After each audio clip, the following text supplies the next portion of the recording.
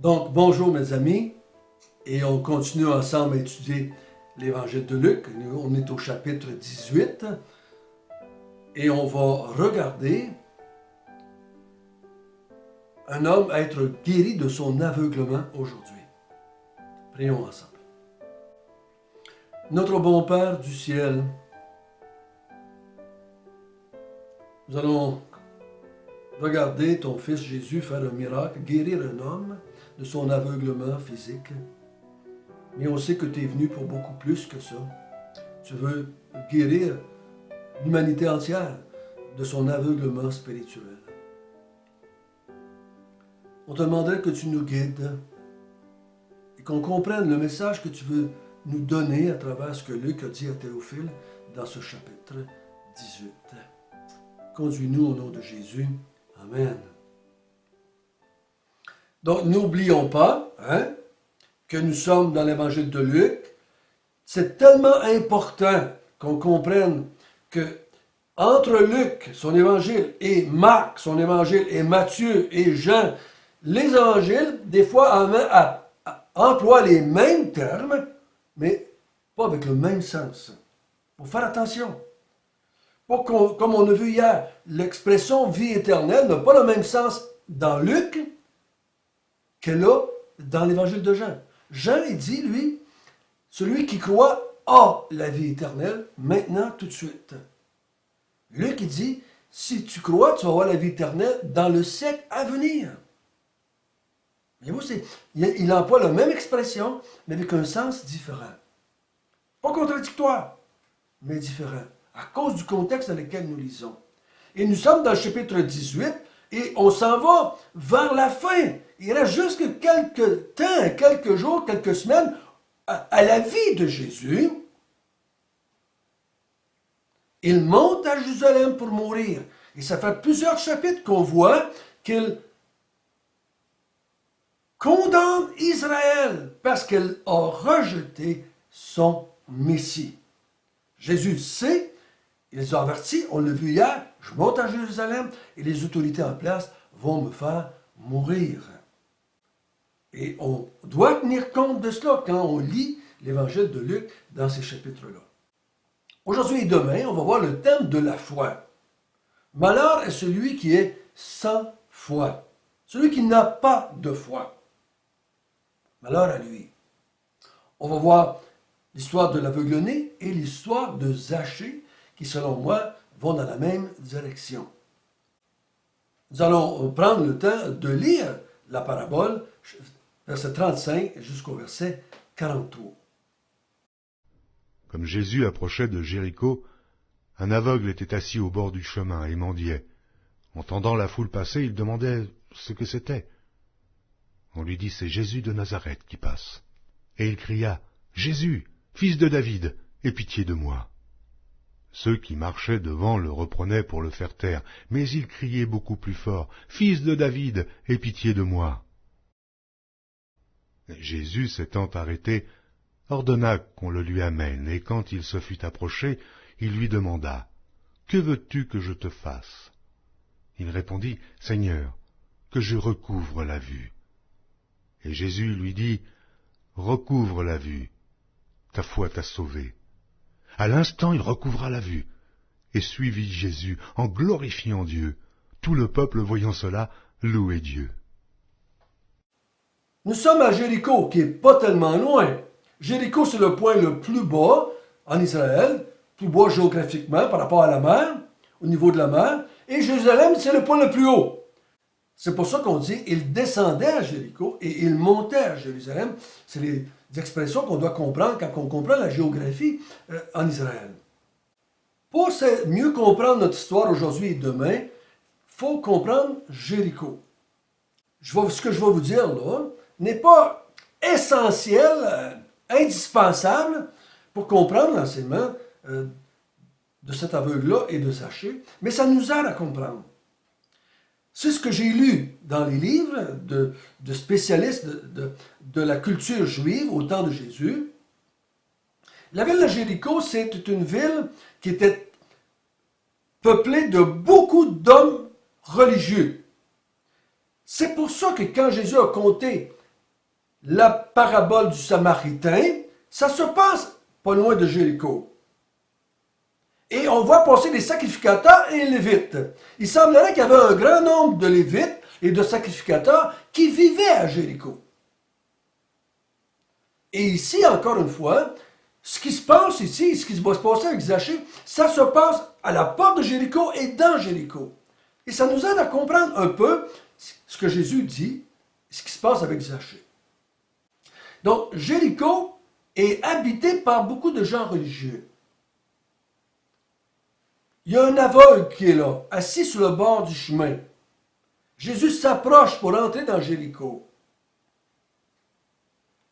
Et pendant qu'il est là, l'aveugle entend une foule qui arrive, des gens qui suivent Jésus. Et là, il pose la question, mais qu'est-ce qui se passe? Qu'est-ce qu'il y a? C'est quoi tout ce brouhaha-là? Qu'est-ce qui se passe? On lui dit, c'est Jésus de Nazareth qui passe, avec une foule qui suit. La réaction de l'aveugle est instantanée. Il se met à crier, « Fils de David !» Il veut se faire entendre par-dessus le bruit de la foule, par-dessus toutes les gens qui jasent entre eux autres. Donc il se met à crier, « Jésus, fils de David, aie pitié de moi !» Important, il appelle Jésus d'un nom pas utilisé souvent, fils de David, titre messianique. Il déclare par là qu'il semble croire qu'il est le fils de David, qu'il est le Messie qui doit venir. Cet homme-là ne peut pas être inconscient ou ne pas savoir qui était Jésus. C'est pour ça qu'il se met à crier. Il en a entendu parler de Jésus depuis 3 ans. On est à la fin de la vie de Jésus là. Donc il sait que Jésus fait des miracles, il ressuscite les morts, il chasse les démons, il guérit les aveugles. Il sait tout cela. Il en a entendu parler. Une occasion se présente pour que lui puisse être guéri. Donc il crie un titre messianique, fils de David, et il lui dit, aie pitié de moi. Il demande à ce qu'on lui fasse du bien. Il demande à ce qu'on agisse en sa faveur, mais il sait qu'il ne le mérite pas. Comprenez bien, la pitié, c'est quand tu sais que tu ne mérites pas. Tu ne mérites pas ce que tu demandes. On en a parlé dans les autres chapitres. Je vous l'ai déjà dit, j'ai jamais demandé à quelqu'un de mes semblables, aie pitié de moi. J'ai jamais fait ça. J'ai jamais demandé à quelqu'un d'avoir pitié de moi. C'est très négatif, ça. Aie pitié de moi. Mais dans la Bible, on a vu ensemble dans les semaines passées, dans les mois passés, qu'il y a juste Dieu qui a de la pitié et de la compassion. Dieu a pitié de son peuple. Son peuple l'a rejeté, son peuple l'a diffamé, son peuple l'a abandonné, son peuple l'a rejeté, son peuple a fait de la maison de son père une maison de voleurs et de brigands. Le peuple d'Israël a rejeté son Dieu, mais Dieu a pitié d'elle à travers Jésus-Christ. Le peuple d'Israël ne mérite pas que le Messie soit là, ne mérite pas que le Messie fasse des miracles. Et cet homme-là demande au fils de David d'avoir pitié de lui. Et je me suis demandé, mais comment ça qu'il demande cela? Pourquoi est-ce qu'il dit cela? Comment se sentait-il en dedans de lui pour dire « Aie pitié de moi, fils de David, Messie ». Vous vous souvenez d'une autre occasion dans la vie de Jésus où est-ce qu'on a dit, en parlant d'un aveugle, est-ce lui qui a péché ou ses parents pour qu'il soit né aveugle? Je crois cet homme-là, je pense, à cause de ce qui a été élevé dans la religion juive, qui a été instruit par les prêtres, les sacrificateurs, les scribes, les gens de son époque, les gens religieux de son époque, il se voyait comme quelqu'un qui avait été puni par Dieu parce qu'il était aveugle. Vous savez, on a cette expression des fois, dire, qu'est-ce que j'ai fait au bon Dieu pour qu'il m'arrive cela? Si lui était croyant de ce qu'on lui avait dit depuis qu'il était au monde, s'il était aveugle, c'était une malédiction de Dieu. C'est un genre de punition de Dieu. C'est un jugement de Dieu sur lui. S'il était aveugle, c'est parce qu'il avait certainement fait de quoi? Et je crois qu'il le croit. Il le croit. C'est pour ça qu'il demande à Jésus, aie pitié de moi. Mais remarquez bien l'attitude du peuple. Les gens alentour, la foule, sait que Jésus guérit les malades, sait que Jésus a déjà guéri des aveugles. Ils le savent, ce n'est pas le premier aveugle qui va guérir. Mais leur attitude envers l'aveugle qui est là, le mendiant qui est là, c'est une attitude ascendante, une attitude de mépris. Tais-toi, laissez tranquille, arrête de crier, ferme-la en québécois, arrête, n'importune pas, dérange pas Jésus. Voyez-vous qu'au lieu d'avoir compassion de lui, au lieu de dire, hey, viens, Jésus va certainement guérir, il est capable, viens, on va t'aider. Leur attitude, c'est, tu ne mérites pas, toi. Tu ne mérites pas d'être guéri. Tu es un pécheur, tu es un méchant, tu es quelqu'un qui a été jugé par Dieu. Ça, c'est l'attitude. On va voir que demain, ça va être la même attitude face à Zachée. Les gens qui se croient bons, les gens qui se croient religieux, méprisent les gens qui sont, selon eux, pas religieux, pas moraux, qui vivent une mauvaise vie. On a vu ça tout au long de l'évangile de Luc. Les pharisiens, les autorités ont du mépris pour les prostituées, pour les publicains, pour les gens de mauvaise vie. Ils ont un mépris. On l'a vu ça avec la parabole de la brebis perdue, du fils perdu. On a tout vu ça, ça. Il ne faut pas oublier notre contexte. Cette ville, ces gens qui habitent alentour de Jéricho méprisent cet homme-là. Mais Jésus l'appelle. Et Jésus dit, emmenez-le-moi. Et l'homme se lève et il va vers Jésus. Celui que tout le monde rejetait, tout le monde voulait faire taire, Jésus dit, laissez-le venir. Un peu comme on a vu dans les semaines passées, on voulait amener des enfants et les disciples disaient, non, laissez pas des enfants. Puis c'est encore la même attitude présomptueuse, orgueilleuse. Nous, on mérite d'être là avec lui dans la foule, on mérite d'être proche, mais pas certaines personnes. Pas les gens de mauvaise vie, pas les publicains, pas les enfants, pas les malades, pas les aveugles. Non. Jésus dit, amenez-moi-le. Et quand il arrive, Jésus lui demande, mais que veux-tu que je fasse pour toi? On pourrait dire, me semble que c'était évident. Hein? Mais Jésus lui demande, que veux-tu que je fasse pour toi? Il dit, Seigneur, que je recouvre la vue. Et Jésus lui dit, recouvre la vue. Ta foi t'a sauvé. À l'instant, il recouvre la vue et glorifie Dieu. Remarquons bien ceci. Cet homme ne mérite pas d'être guéri. Il ne mérite pas. Il sait lui-même parce qu'il a demandé pitié. Et Jésus lui dit pas, « Ah, mon ami, tu as eu tellement de misère dans ta vie, tu étais tellement malade, tu as tellement souffert, tu as souffert du mépris des gens en plus, je vais te donner, je vais te guérir. » Non, il dit, ta foi t'a sauvé.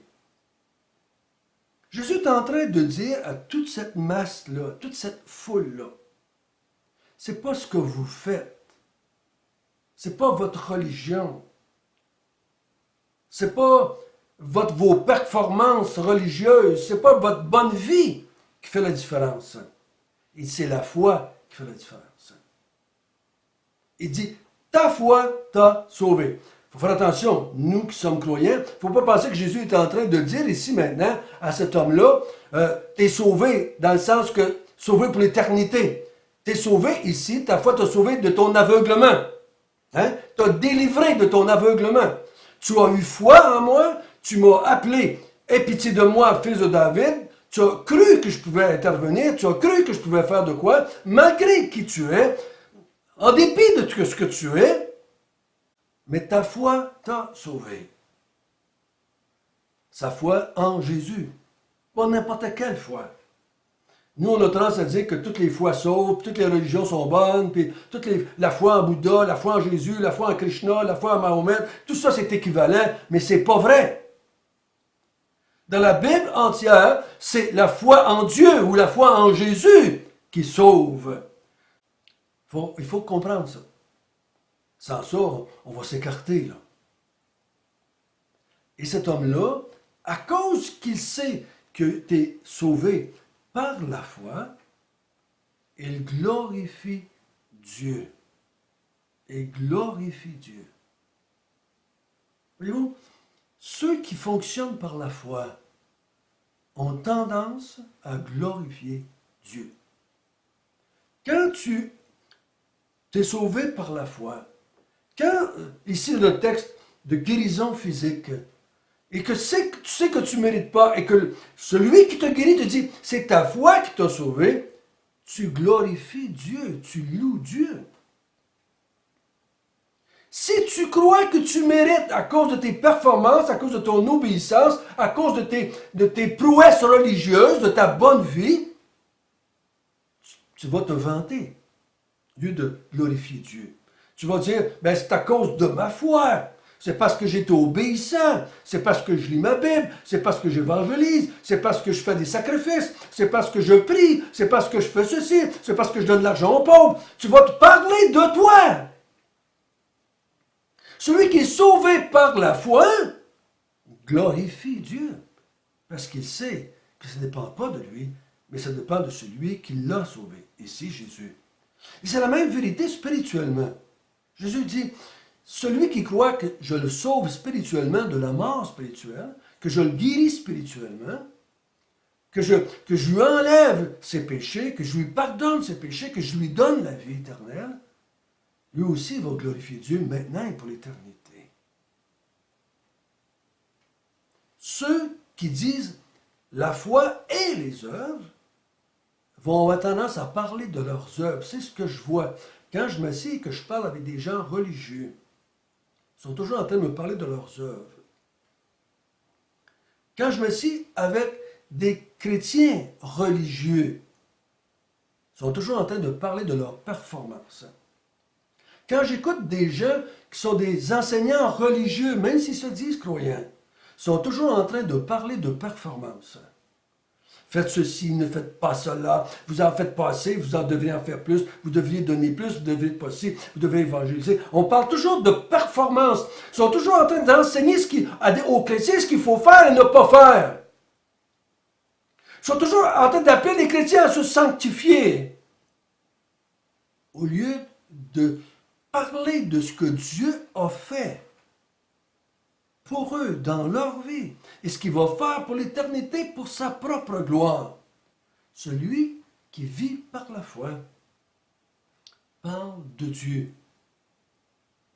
Il ne parle pas de lui-même, ou de ses capacités, ou de ses fautes, ou de ses péchés, ou de ses bonnes œuvres. Il ne parle pas de lui-même. Il parle du Dieu qui l'a sauvé. Donc, celui qui est sans foi ne peut pas être sauvé. Dans notre contexte ici, dans notre histoire, c'était physique, mais il ne pourra pas non plus être sauvé spirituellement. Israël ne peut pas être sauvé. Les Juifs ne pourront pas être sauvés parce qu'ils n'ont pas foi en Jésus. Ils ne voient pas en Jésus de Nazareth le fils de David, le roi promis dans l'Ancien Testament. Ils l'ont rejeté. Ils vont le crucifier. Ils vont le livrer aux mains des païens pour le faire mourir.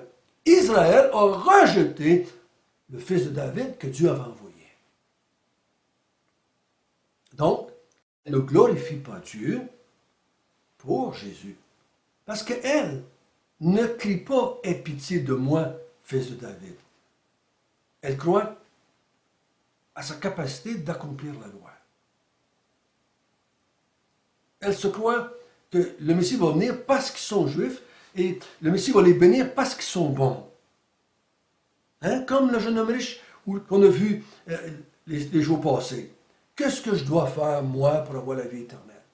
Bien différent de cet aveugle-là ici qui dit « Aie pitié de moi, fils de David, aie pitié de moi. » Bien différent du publicain qui est dans le temple, qui se frappe la poitrine « Aie pitié de moi, qui est un grand pécheur. » Ça, ces gens-là, eux autres glorifient Dieu pour l'éternité. Reçoivent Jésus comme étant le Messie. Notre bon Père du ciel, Merci que tu as pitié de nous et que tu as envoyé Jésus sur la terre pour nous sauver spirituellement, nous sauver de la mort spirituelle, nous sauver de nos péchés, nous sauver de la condamnation à venir et nous emmener dans le royaume de Dieu afin qu'on puisse te servir en tant que serviteur et servant. Béni sois-tu, notre Dieu. Amen.